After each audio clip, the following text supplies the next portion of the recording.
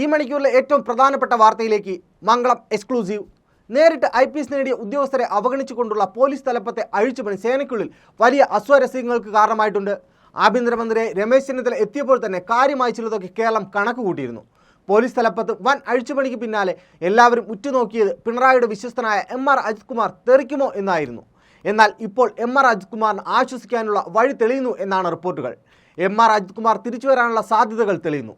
കടുത്ത നടപടികൾ ഉണ്ടാകില്ലെന്നാണ് സൂചന.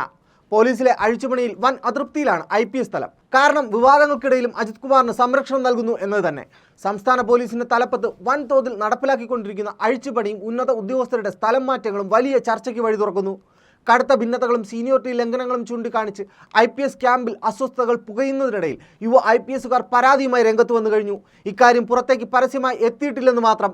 സേനയ്ക്കുള്ളിലെ അച്ചടക്കത്തെയും ഉദ്യോഗസ്ഥരുടെ ആത്മവിശ്വാസത്തെയും ബാധിക്കുന്ന രീതിയിൽ സ്ഥലം മാറ്റം നടന്നു എന്നാണ് ആക്ഷേപം.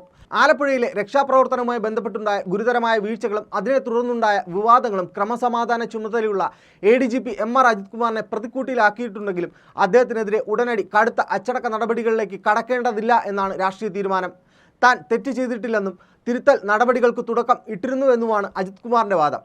എന്നാൽ രാഷ്ട്രീയ കേന്ദ്രങ്ങളിൽ നിന്നും പൊതുജനങ്ങളിൽ നിന്നും കടുത്ത സമ്മർദ്ദമുണ്ടായിട്ടും അജിത് കുമാറിന് തൽക്കാലം സംരക്ഷണ കവചമൊരുങ്ങുന്നു എന്നതാണ് വലിയ വിവാദങ്ങൾക്ക് വഴി തുറക്കുന്നത്. അതിനിടെ തലസ്ഥാനത്തെ ക്രമസമാധാന പരിപാലനത്തിൽ നിർണായകമായ തിരുവനന്തപുരം DCP സ്ഥാനത്തേക്ക് യുവ IPS ഉദ്യോഗസ്ഥനായ ഷഹൻഷായെ നിയമിക്കാൻ ധാരണയായിട്ടുണ്ട്. പോലീസ് മേധാവിയുടെ പ്രത്യേക നിർദ്ദേശപ്രകാരമാണ് ഷഹൻഷായെ ഈ തന്ത്രപരമായ പദവിയിലേക്ക് പരിഗണിക്കുന്നത്. തലസ്ഥാനത്തെ പോലീസ് സംവിധാനത്തിൽ കൂടുതൽ കാര്യക്ഷമത കൊണ്ടുവരാൻ ഈ നിയമനം സഹായിക്കുമെന്നാണ് ആഭ്യന്തര വകുപ്പിൻ്റെ വിലയിരുത്തൽ. ഉന്നതതല നിയമനങ്ങളിൽ വടക്കൻ മേഖല IG സ്ഥാനത്തേക്ക് നിശ്ചയിക്കുന്ന P പ്രകാശ് അവിടേക്ക് പോകാനുള്ള ബുദ്ധിമുട്ട് സർക്കാരിനെ ഔദ്യോഗികമായി അറിയിച്ചിട്ടുണ്ട്. വ്യക്തിപരമായ കാരണങ്ങളാലാണ് വടക്കൻ മേഖലയിലേക്ക് മാറാൻ അദ്ദേഹം വിമുഖത കാണിക്കുന്നതെന്നാണ് സൂചന. ഈ സാഹചര്യത്തിൽ പ്രകാശിന് പകരം പുട്ടവുമില്ലാത്ത വടക്കൻ മേഖല IG-യായി നിയമിക്കാൻ ഉത്തരവിറക്കും. അതേസമയം തിരുവനന്തപുരം IG സ്പർജൻ കുമാറിന് മാറ്റമുണ്ടാവില്ല. നിലവിലെ സ്ഥലമാറ്റങ്ങളിൽ IPS അസോസിയേഷനെ ഏറ്റവും കൂടുതൽ ചൊടിപ്പിച്ചിരിക്കുന്നത് കോഴിക്കോട്ടത്തെ പുതിയ നിയമനമാണ്. സീനിയോറിറ്റിയിൽ ഏറെ മുന്നിലുള്ള മെറിൻ ജോസഫിനെ പോലുള്ള ഉന്നത ഉദ്യോഗസ്ഥരെ അപ്രധാനമായ പദവിയിലേക്ക് മാറ്റിയതാണ് മറ്റൊരു പ്രശ്നം.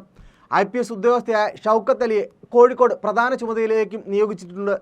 നേരിട്ട് IPS നേടിയ ഉദ്യോഗസ്ഥരെ അവഗണിച്ചുകൊണ്ടുള്ള ഈ നീക്കം സേനയ്ക്കുള്ളിൽ വലിയ അസ്വസ്ഥതകൾക്ക് കാരണമായിട്ടുണ്ട്. മെറിൻ ജോസഫിന് പുറമെ സീനിയോറിറ്റി ലിസ്റ്റിൽ മുന്നിലുള്ള മറ്റൊരു പ്രധാന ഉദ്യോഗസ്ഥയായ പദം സിംഗിനെയും പുതിയ അഴിച്ചുപണിയിൽ പൂർണ്ണമായി മാറ്റി നിർത്തി.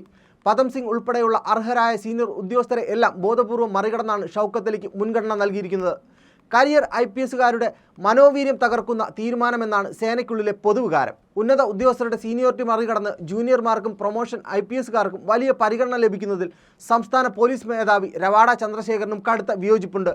സേനയുടെ സുഗമമായ പ്രവർത്തനത്തെ ഇത് ബാധിക്കുമെന്ന ആശങ്കയിലാണ് അദ്ദേഹം.